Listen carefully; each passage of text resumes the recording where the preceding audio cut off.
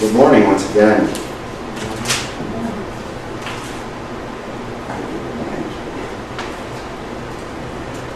Today I'd like to start by sharing with you a joke, something that I've never done, that many of my colleagues I know have.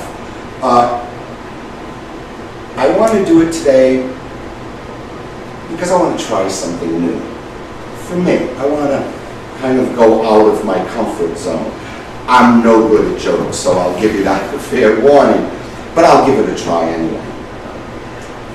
One day there was this young man who saw an old couple sitting down for lunch at McDonald's. He noticed that they ordered one meal and an extra drink cup. As he watched, he noticed the old man carefully dividing the hamburger in half, counted out the fries, one for him, one for her, until each of them had half of them. Then he poured half of the drink that was bought into the extra cup and set that in front of his wife. The old man then began to eat, and his wife sat watching with her hands folded at the table.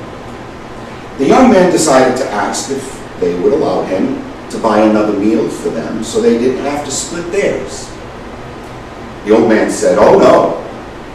We've been married for 50 years and everything has always been shared 50-50. The young man then asked the wife if she was not going to eat her share of the meal, and she replied, "It's his turn with the teeth."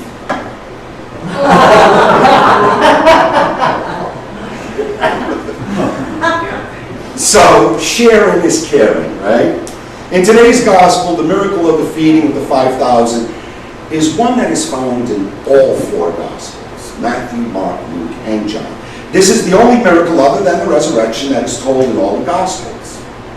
The miracle that we hear of today in John's Gospel of the multiplication of the 5 loaves of bread becomes clear in Jesus' blessing, breaking, and giving of it as a symbol of the sacrament of unity, the Eucharist.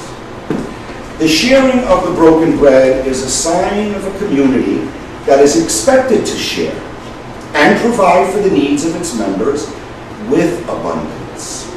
The word Eucharist is taken from the Greek language and describes an action to give thanks. In the Eucharist, we are fed by Jesus himself, and we are sent to serve others as well. In the offertory at Mass, we present the fruits of our works, our labors, represented by bread and wine. These gifts given to us first by God as grain and fruit are returned to God by us in our offering of thanksgiving. God in turn transforms these gifts into the very body and blood of his Son Jesus. We also offer ourselves too in this exchange, and we too are transformed by the Eucharist. The gospel today also teaches us that Jesus meets the most basic human needs with generosity and compassion. God really cares about his people, and so should we. We need to commit ourselves to share with others and to work with God in communicating his compassion. It's too easy to blame God, too easy to blame others for the problems we see today. Too easy to see these things as other people's problems. They are our problems as well. That is the meaning of the Eucharist we celebrate here today. As Christians, we need to commit ourselves to share what we have with others, whether that be our talents, our time, and yes, even our treasures, by working with and cooperating with God in communicating his passion to all those we encounter on our daily journey, wherever we find ourselves. God is a caring Father, and he wants our cooperation with him to be part of his caring for all of us, his children. That's what the early Christians did, generously sharing what they had with the needy. They were convinced that everything they needed to experience a fulfilling life was already there in the gifts and talents of the people around them. We are called by Christ to become the Eucharist.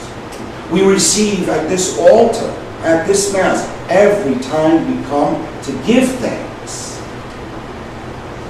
Giving thanks for what we have received by sharing those gifts is what Christians do. By sharing our talents, our riches, ourselves, so that He can use them and us to work miracles of unity. May we take humbly and generously what God has given us, bless it by offering it to others in God's love. Break it off from our own needs and interests for the sake of others. Give it away with joy and gratitude to God who has blessed us with so much. May God bless.